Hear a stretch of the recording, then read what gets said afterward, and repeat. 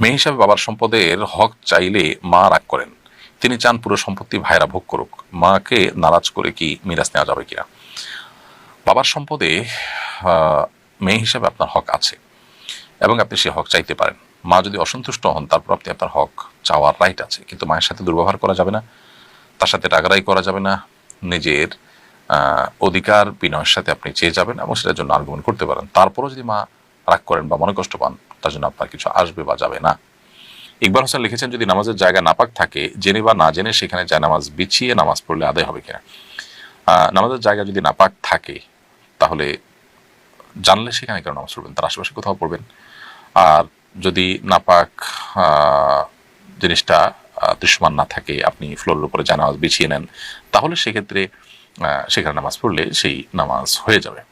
মানে আপনি যেটার উপর আসেন সেখানে নাপাক নেই, নিচে কোথাও আছে, তার উপরে অন্য কিছু বিছিয়ে নামাজ পড়েছেন, নামাজ হয়ে যাবে ইনশাআল্লাহ। কিন্তু জেনে শুনে এরকম জায়গায় নামাজ না পড়ে পরিচ্ছন্ন জায়গাতে নামাজ পড়বেন, অস্বস্থ থেকে আপনি দূরে থাকতে পারবেন।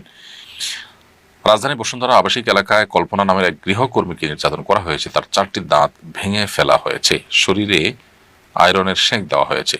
যে মেয়েটি গৃহকর্মীকে নির্যাতন করেছে সেও একজন কিশোরী, তার অপরাধের জন্য তার বাবা মাকে দায়ী করা যাবে কি না?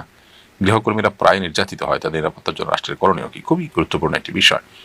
দুর্ভাগ্যজনক, আমাদের দেশে গৃহকর্মী যারা থাকেন তাদের প্রতি নানা রকমের টর্চার হয়ে থাকে। এখনো পর্যন্ত অনেক পরিবারে গৃহকর্মী বা এই ধরনের মানুষদেরকে নিজেরা যে সোফায় বসেন সে সোফায় বসলে দর্শনীয় মনে করা হয়। শীতের দিনে একটি কিশোরী মেয়ে, তাকে ফ্লোরে বসে থাকতে দেখা যায় বিভিন্ন বাসা বাড়িতে। খুবই দুর্ভাগ্যজনক একটি বিষয়। নবী করিম সাল্লাল্লাহু আলাইহি সাল্লাম বারবার করে সতর্ক করেছেন আমাদেরকে যে আমাদের অধীনস্থ যারা থাকেন, কাজের লোক থাকেন, অভাবী লোক থাকেন, তাদের প্রতি যেন আমরা দায়িত্বশীল আচরণ করি। তিনি বলেছেন, ইখওয়ানুকুম খাওয়ালুকুম, তোমাদের যারা ভাই তারাই তোমাদের অধীনস্থ। অর্থাৎ যে মানুষগুলো অধীনস্থ সেই মানুষগুলোকে নবী সাল্লাল্লাহু আলাইহি ওয়াসাল্লাম বলেছেন, এরা তোমাদের ভাই। আগে তোমাদের তাদের সাথে মানে ভ্রাতৃত্বের যে বন্ধন সেটি তোমরা আগে মাথায় রাখো, এর পাশাপাশি তোমরা তারা তোমাদের অধীনস্থ যে সে বিষয়টি তোমরা ভাবো। তাহলে সেক্ষেত্রে তাদের প্রতি আচরণ করার ক্ষেত্রে তোমাদের যে জুলুম, সেই জুলুম থেকে তোমরা বেঁচে থাকতে পারবে। নবী সাল্লাল্লাহু আলাইহি ওয়াসাল্লাম তো এও বলেছেন যে তোমরা যা খাও তা থেকে তাদেরকে খাওয়াও, তোমরা যা পরিধান করো তা থেকে তাদেরকে পরিধান করো। তার মানে এক্ষেত্রে কোনো বৈষম্য করিও না। সেক্ষেত্রে তাদের প্রতি সেটার জায়গা বরং জুলুম করা। আপনি কি নিজের সন্তানের 4টি দাঁত ফেলে দিতে পারবেন এভাবে? আপনি কি তার গায়ে আয়রনের সেঁক দিতে পারবেন?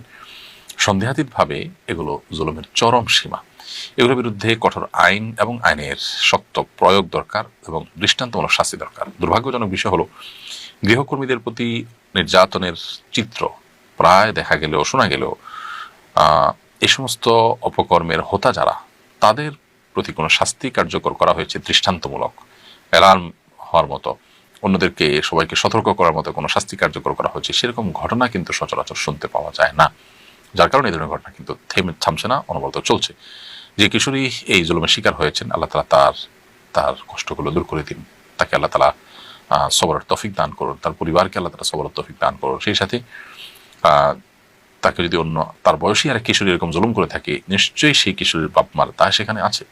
কারণ এই কিশোরী এভাবে তার প্রতি নির্যাতন করেছে, বাপ মা নিশ্চয়ই সেটি দেখেছেন বা জানতে পেরেছেন তাদের ইনিশিয়েটিভ কী ছিল, তাদের পদক্ষেপ কী ছিল। এবং এর আগে নানা সময়ে যখন এই মেয়ের উপর নির্যাতন হয়েছে, বিভিন্ন পত্রিকা মারফত আমরা দেখলাম যে অনেক আগে থেকে চলমান আছে, তখন নিশ্চয়ই বাবা মার চোখে সেটি পড়েছে, বিধায় তাদের সেখানে উদ্যোগী হওয়া উচিত ছিল। আল্লাহর কাছে তাদের দায় তারা কোনোভাবে এড়াতে পারে না।